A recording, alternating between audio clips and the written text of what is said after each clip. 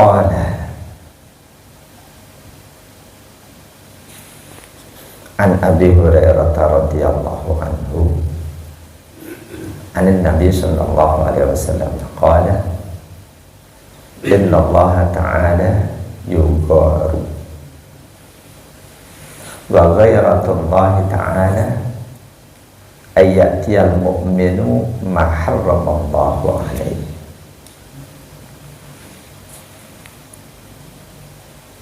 Muttafaqun alaihi. Dari sahabat Abu Hurairah radhiyallahu anhu, dari Nabi sallallahu alaihi wasallam, beliau bersabda, innallaha ta'ala yugharu, sesungguhnya Allah Ta'ala itu cemburuan, cemburu. Al-ghayratu bi fathil ghin wa asluha al-anafatu. Asal maknanya al-anafah, tidak puas.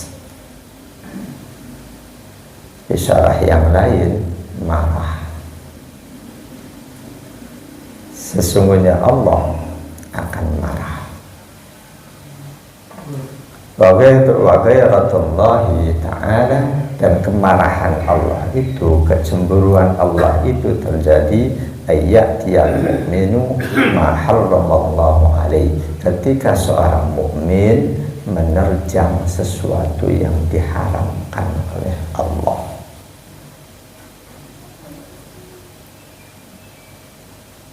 Di redaksi yang lain, riwayat Imam Ahmad dan At-Tirmidzi,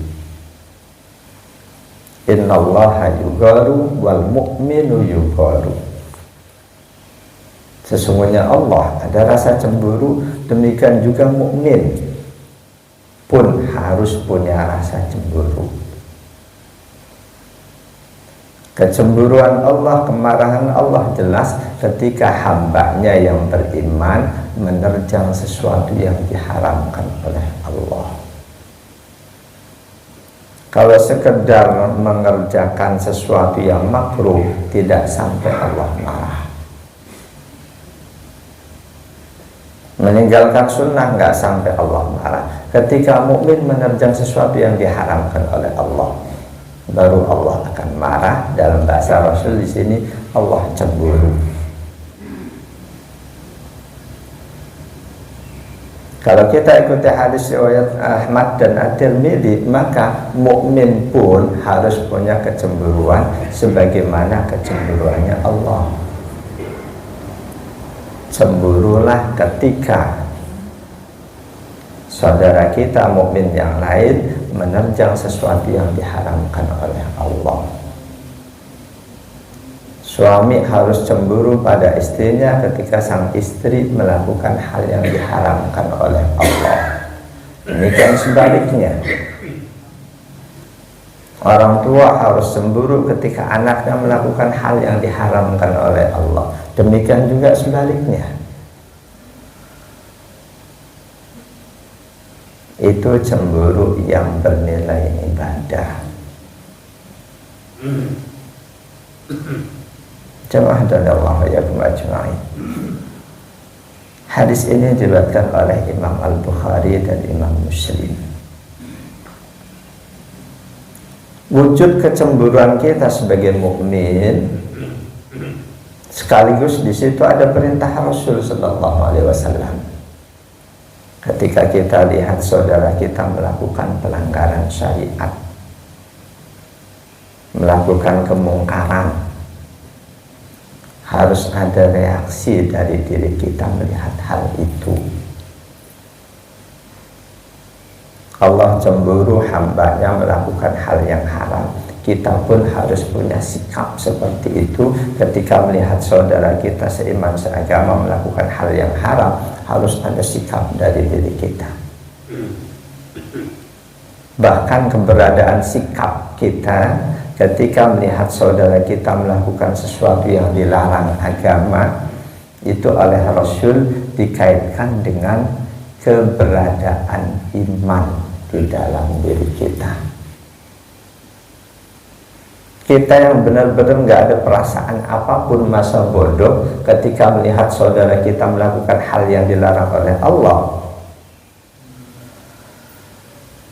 itu menandakan keimanan di dalam hati kita masih sangat jauh. An Tariq bin Syihab radhiyallahu anhu qala, dari sahabat Tariq bin Syihab radhiyallahu anhu, beliau berkata, awwalu man bada'a bil khutbati yaumal 'idi qabla salati Marwan. Semenjak Rasul masa Rasul pelaksanaan sholat Id, khutbah dulu atau sholat dulu? Sholat dulu baru khutbah. Beda dengan sholat Jumat. Semenjak masa Rasul sholat Id, pelaksanaan Id, sholat dulu baru khutbah. Namun ada orang yang merubah, dibikin seperti Jumat, khutbah dulu baru sholat. Kata Tariq bin Syihab, orang pertama yang merubah pelaksanaan Id dengan khutbah dulu baru sholat adalah Marwan.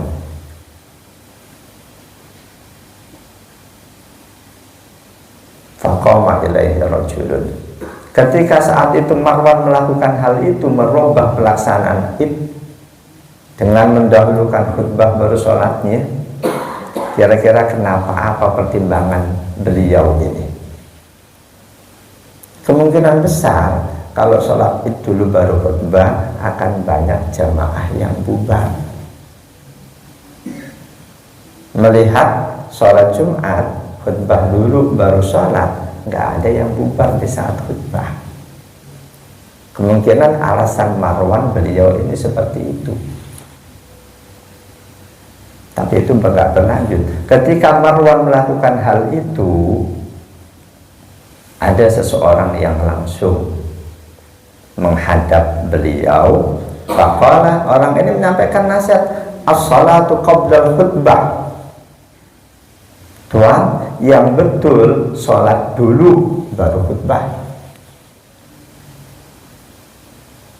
Memberikan nasihat karena dianggap Marwan, ini khalifah saat itu, dianggap melakukan kesalahan,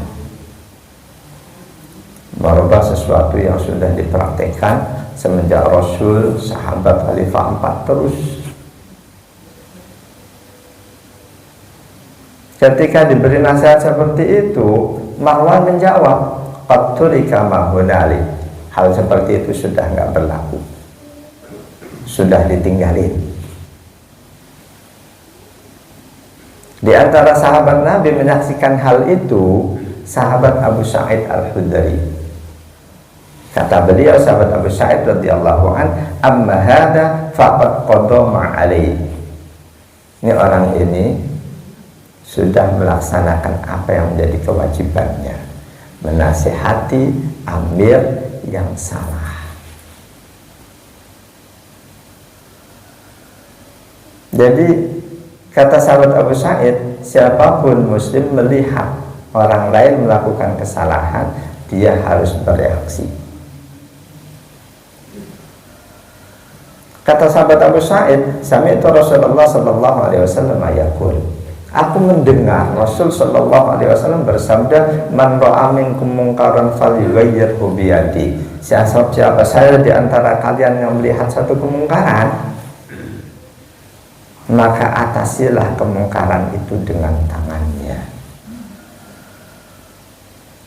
Sahabat Abu Sa'id menyampaikan hadis ini di momen Marwan dianggap melakukan kesalahan, merubah pelaksanaan sholat Id, lalu ada seorang tabi'in atau sahabat yang menasihati Marwan.